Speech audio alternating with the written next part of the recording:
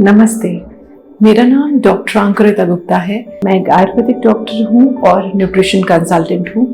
पिछले 12 सालों से मैं होलिस्टिक हेल्थ केयर में जुड़ी हुई हूँ, जिसमें मैं होलिस्टिक तरीकों से like Ayurvedic medicines, diet plans, naturopathy, yoga के ज़रिए लोगों का ट्रीटमेंट कर रही हूँ।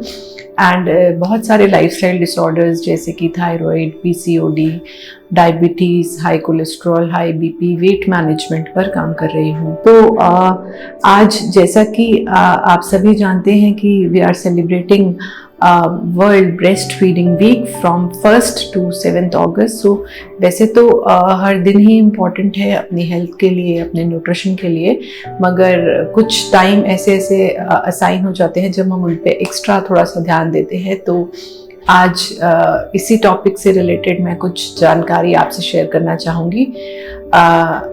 आइए जुड़िए डीएनपी इंडिया के साथ, मेरे डॉक्टर अंकुरिता गुप्ता के साथ आज के सेशन में। तो जैसे कि मैंने आपको बताया कि वर्ल्ड ब्रेस्ट फीडिंग वीक चल रहा है, तो इसमें आज मैं बात करना चाहूँगी कि क्यों मैटरनल न्यूट्रिशन इम्पॉर्टेंट है। जब कोई भी लेडी माँ बनती है तो ब्रेस्ट फीडिंग क्यों इम्पॉर्टेंट है, मैटरनल न्यूट्रिशन क्यों इम्पॉर्टेंट है, आज हम उस पर बात करेंगे। देखिए, जब भी जैसे ही एक मदर जब बेबी को जन्म देती है तो उसकी बॉडी में कुछ हार्मोन्स रिलीज होते हैं। वही हार्मोन्स उस बच्चे को जब वो सक करता है ब्रेस्ट को, तो ऑटोमेटिकली मिल्क प्रोडक्शन स्टार्ट हो जाता है। इसके अलावा एक ऐसा हार्मोन भी है जिसको हम प्रोलैक्टिन बोलते हैं, जो कि ब्लड के थ्रू जो बच्चे में जाता है और उससे लाइक जब वो ब्लड में आता है प्रोलैक्टिन विद लेक्टोजेनिक फूड्स, तो वो मिल्क प्रोडक्शन को बढ़ाता है। तो कौन से ऐसे लेक्टोजेनिक फूड्स हैं या कौन से ऐसी माँ को अपने न्यूट्रिशन पे ध्यान देना चाहिए जिससे कि उसको और उसके बच्चे को कोई भी दिक्कत ना आए अपनी लाइक आगे चलने वाली लाइफ में। एंड एक बहुत इंपॉर्टेंट फैक्ट जो ब्रेस्ट फीडिंग से रिलेटेड मैं बताना चाहूँगी वो ये है कि जो भी मदर ब्रेस्ट फीडिंग कराती है उसको फ्यूचर में chances of developing breast cancer is very very minimal. तो ब्रेस्ट फीडिंग ना सिर्फ बच्चे के लिए बहुत ज़रूरी है, बल्कि ये माँ के लिए भी बहुत ही आवश्यक है। तो सभी जो रिसेंटली इस फेज से गुजर रहे हैं या आने वाले टाइम में तैयार हो रहे हैं, तो अपने न्यूट्रिशन पर बहुत ज़्यादा ध्यान देने की ज़रूरत है। तो अब जाइए जानते हैं कौन कौन से ऐसे फूड्स हैं जो अपनी डाइट में हमें इंक्लूड करने चाहिए जिससे कि हमारा मिल्क प्रोडक्शन अच्छा रहे।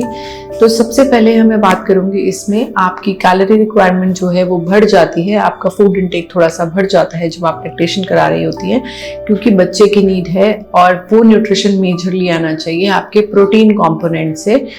तो आइडियली आपको अराउंड 60-65 ग्राम्स ऑफ प्रोटीन एक दिन में लेना चाहिए। अपना liquid intake, fluid intake is very very important for the good production of milk. तो अपने आप को हाइड्रेटेड रखना बहुत ज़रूरी है। कोशिश करिए कि आप ज़्यादा से ज़्यादा पानी पीजिए। डेयरी, दूध, मिल्क, दही, छाछ इनका सेवन ज़रूर करिए। कोकोनट वाटर ले सकते हैं, इससे आपका मिल्क प्रोडक्शन बहुत ही अच्छा होता है। इसके अलावा कोशिश करिए अपनी डाइट में vitamin B12, iron, zinc, calcium इसके रिच सोर्स इंक्लूड करने के लिए जो आपको मिलते हैं, जैसे कि होल ग्रेन्स हो गए, ओट्स हो गए, दलिया हो गया, नट्स हो गए, आजकल जैसे क्विनोआ भी मार्केट में है, that is a very good source of protein and other vitamins, तो आप उसको इंक्लूड कर सकते हैं। तो इन चीज़ों का अगर आप पत्तेदार सब्जियां, हर तरह के फ्रूट, बस थोड़ा सा जो खट्टे फ्रूट होते हैं उनको थोड़ा सा अवॉइड करना चाहिए। Other than that all fruits should be taken in moderation, जिससे कि आपका मिल्क प्रोडक्शन बहुत ही अच्छा हो जाता है। इसके अलावा जैसे बहुत सारी लेडीज को ये रहता है कि हम फैट लें या ना लें, फैट से हमारा वेट बढ़ जाएगा, तो उसमें मैं बात करना चाहूँगी कि मॉडरेशन में आप अगर फैट लेती हैं तो आपके लिए वो ज़रूरी है। बट हाँ, अगर आप एक्सेस में फैट का सेवन करते हैं तो आपका वेट बढ़ सकता है। तो अपना वेट मैनेजमेंट करना भी बहुत ज़रूरी है। जैसे बहुत सारी लेडीज़ का डिलीवरी के बाद वेट बढ़ जाता है, तो आप कांटेक्ट कर सकती हैं मुझे at Ayudite weight loss and wellness clinic. I am a weight loss consultant as I told you. और आप अपने किसी भी नियर बाय आयुर्वेदिक डॉक्टर या किसी न्यूट्रिशनिस्ट से संपर्क कर सकती हैं अपने डाइट प्लान्स को लेकर, क्योंकि आपके लिए इस टाइम पर डाइट प्लान करना बहुत ही ज़्यादा ज़रूरी है।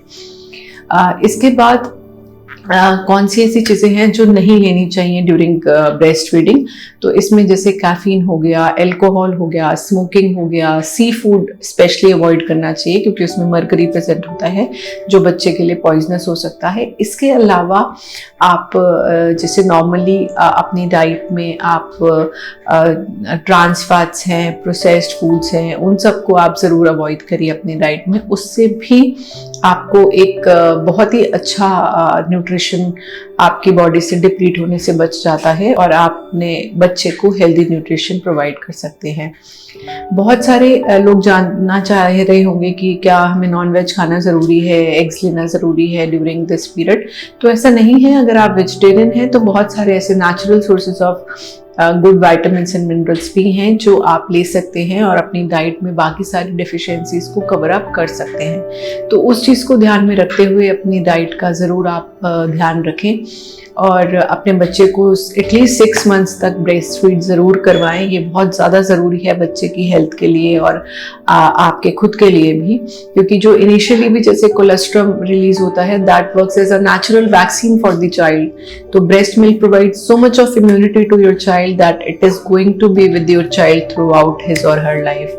So I wish all the best to the mothers who are taking so much pains to for the nourishment of their baby and for the upbringing of the baby.